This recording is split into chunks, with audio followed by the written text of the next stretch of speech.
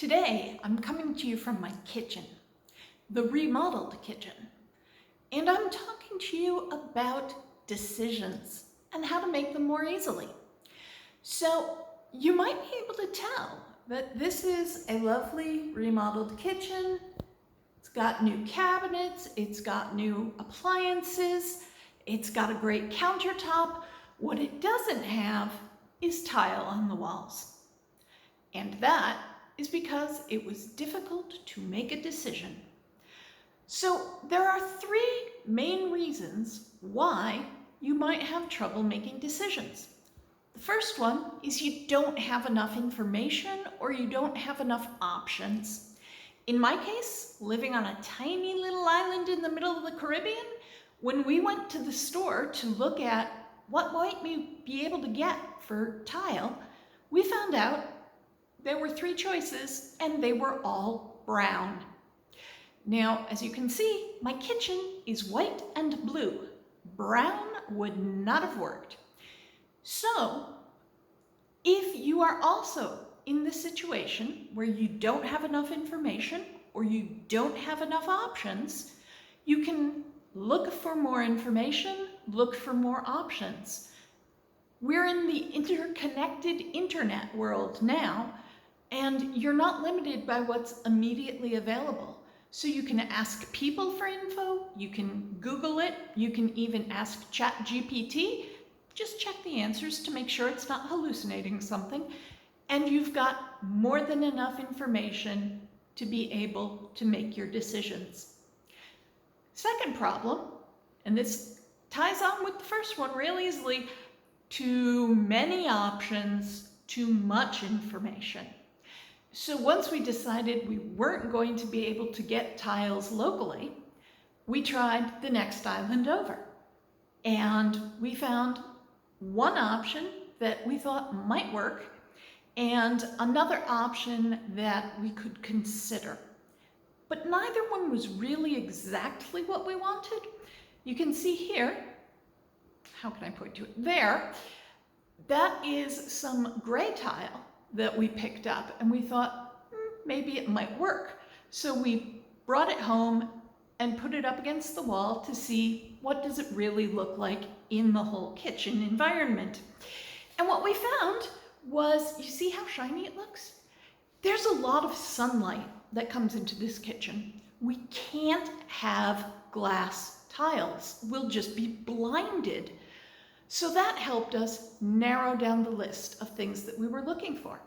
We also noticed that even those are beautiful tiles, they don't quite match all of the very straight lines everywhere else in the kitchen, which is almost more of a shaker style. And the very ornate curved look of the tiles just didn't go. We needed something that was going to be squarish or at least rectangularish, because otherwise it doesn't match. So those were two things that we knew. And that is how you deal with what to do if you have too much information or too many options, is you figure out what you don't want and you start slicing things off and getting them off your list. So we knew we didn't want glass. We knew we didn't want any shape other than square or rectangular. We also knew we didn't want busy patterns because it's a very calm kitchen and we wanted to keep it that way. So that's the way to deal with if you have too much information. And finally, one reason, and a big one, for having difficulty making decisions is, what do you do when your values are in conflict?